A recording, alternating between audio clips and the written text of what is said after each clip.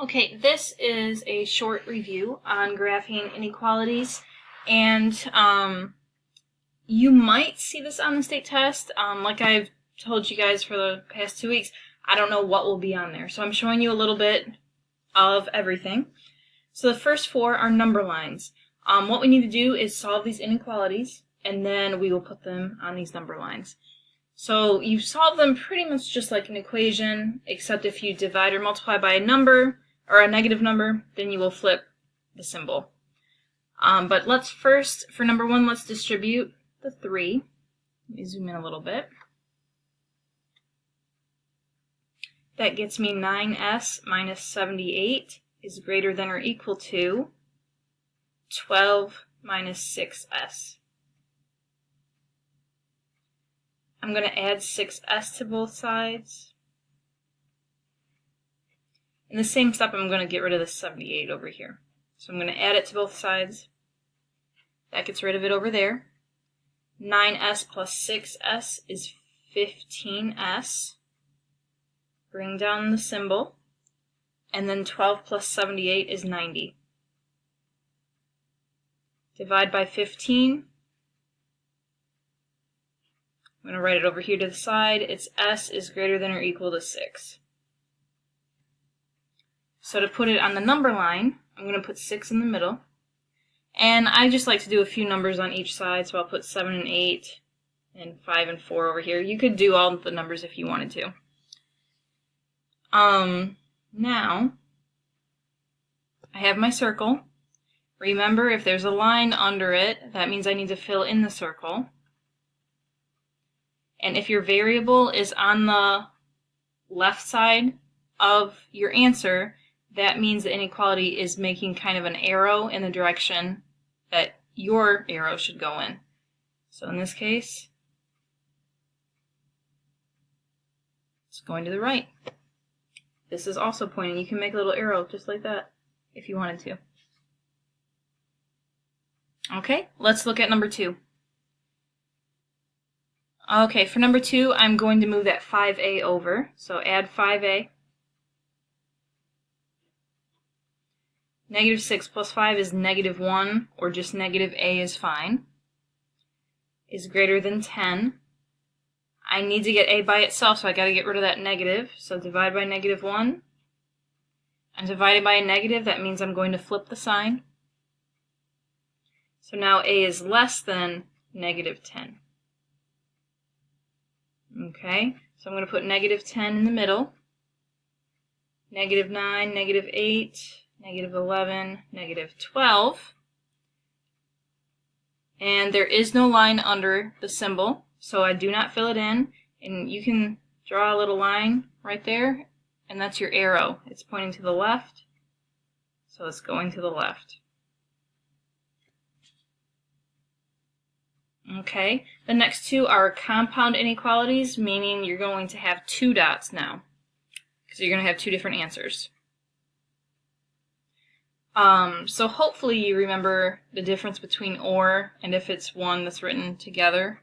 Or, where do I want to write this? Or goes away from each other. Sorry, that's a bad arrow. And then this one over here, they will go towards each other. So or goes away from each other. When it's just one problem together, they will go towards each other. So let's solve both of these inequalities for number 3.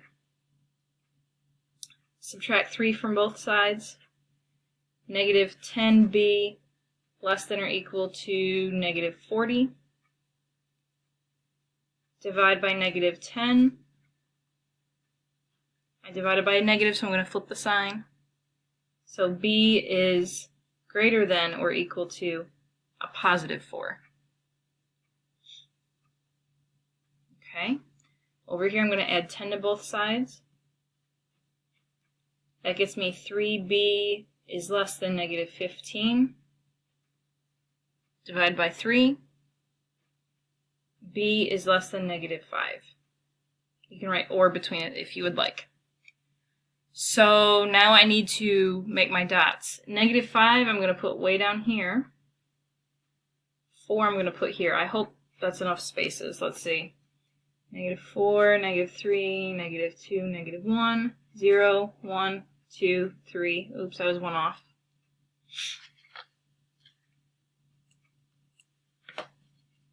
Okay, so this one's 4. Okay, so I need 2 dots. One's at -5. One is at 4. See if either of them are filled in. The -5 is not. The 4 is. So fill in 4. They go away from each other, so 4 goes off that way. And you can see, if you draw the arrow right there, it is going to the right. -5 is going to the left.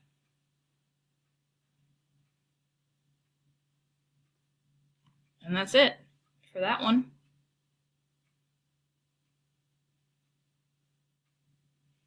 Let's look at number 4. This one, you should have 2 dots and they should connect with a line. You can do this one of 2 ways. I tend to write it as 2 separate problems, which I believe is the way I taught you. The other way is to subtract 6 from both of these, and then you will have to divide both of them by 7.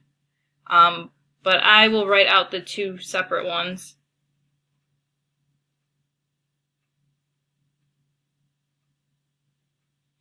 Okay, so this first one is that problem right there. The second one here is this problem right here. Okay, so I just kind of shared that middle part of it. So now I'm going to solve it. Subtract 6. -56 is less than 7k. Divide by 7. So this is -8 is less than k. I prefer my variable to be on the other side, so I'm going to rewrite it as k is greater than -8. When you rewrite it, just flip the sign, because it should be opening towards the same one. So see, here it opens towards k, here it also opens towards k, so it's the same thing. So that's one of them that I'm going to graph. Now I'm going to subtract 6 here. 7k is less than -14. Divide by 7. K is less than -2.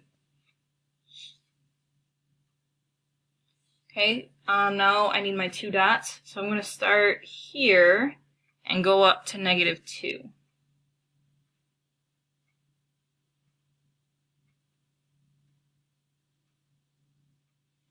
Okay, you can have -9 and -1 if you would like. Okay, I need my circles. And let's see, neither of them have a line under them, so they're both open. And this one is going towards the right. This one is going towards the left, so they connect. So that's that. Okay, now we are going to go down and graph inequalities on a coordinate plane. So this is where you have to do shading and all that lovely stuff. Okay, so first to graph this, just graph it like a normal equation. You start at -4. 1, 2, 3, 4, make a dot. And then the slope tells me to go up 3/1. And when you're doing these, remember, if there's a line under here, it's solid. So this means it's solid. And if there is no line, like number 6, that means it's dotted, or dashed, or whatever you would prefer to call it. Okay, so this is going to be a solid line, so I'm going to take my lovely Dare ruler and draw my line.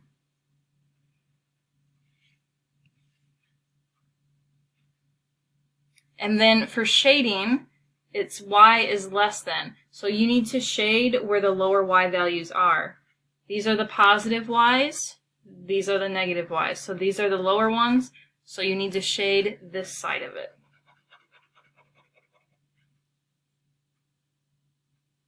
And that's it for that. If you're thinking that we should have 2 lines, you're thinking of what we do down here. And don't worry, we'll get to that. Okay, let's look at number 6. So again, graph it like normal. Start down at -8, so 1, 2, 3, 4, 5, 6, 7, 8. And slope tells me to go up 1 over 4. And I already wrote that it will be dotted. Hopefully I remember to do that. I'm going to rotate it just for a second so I can graph it.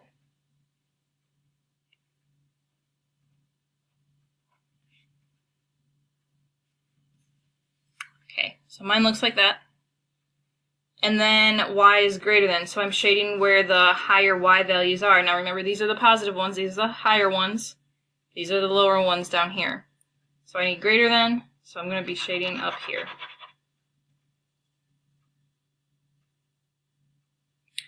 And I believe on your assignment you will have to get y by itself on some of these, but you all should be able to do that at this point. Okay, let's look at 7 and 8 real quick before I run out of time. Okay, I'm going to start with 4. 1, 2, 3, 4. Go down 3 over 4. 1, 2, 3, 1, 2, 3, 4. And this is a dotted line. I'm going to rotate it just for a second so I can do it.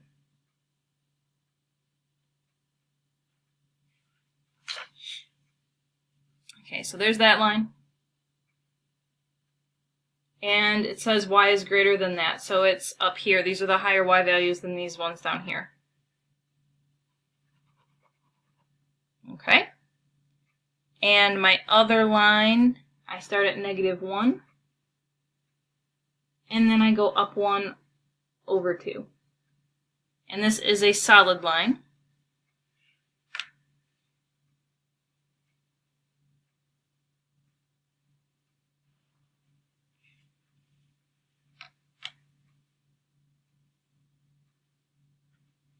And it also is greater than, so we shade above the line.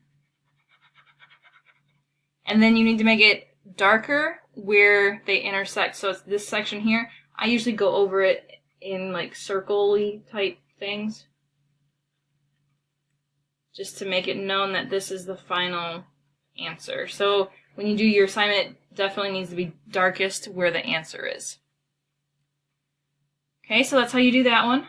Let's look at number 8 real quick before I run out of time. Hopefully I'll be okay with 2 minutes. On number 8, I need to get y by itself. So I'm going to add the x to it, to both sides. So I get 2y is less than or equal to x plus 6. Divide by 2 on both sides. That gets me y is less than or equal to 1/2 x plus 3. So I'm going to graph that line by starting at 3 and going up 1 over 2. And that is a solid line.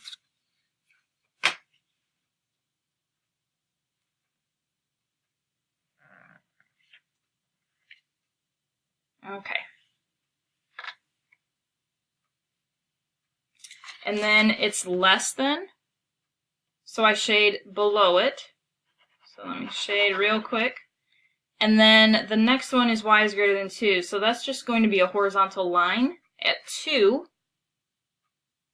And it's going to be dotted. So let me draw that real quick.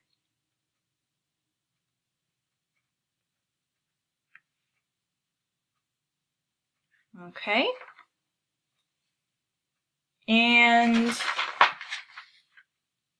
it is greater than, so it's above the line. So my final answer is this little triangle area right here.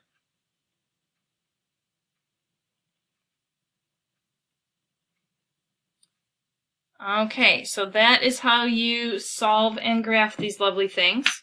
The next video will be for the back of this page, which is you reading the graphs. Okay, so that'll be the next video.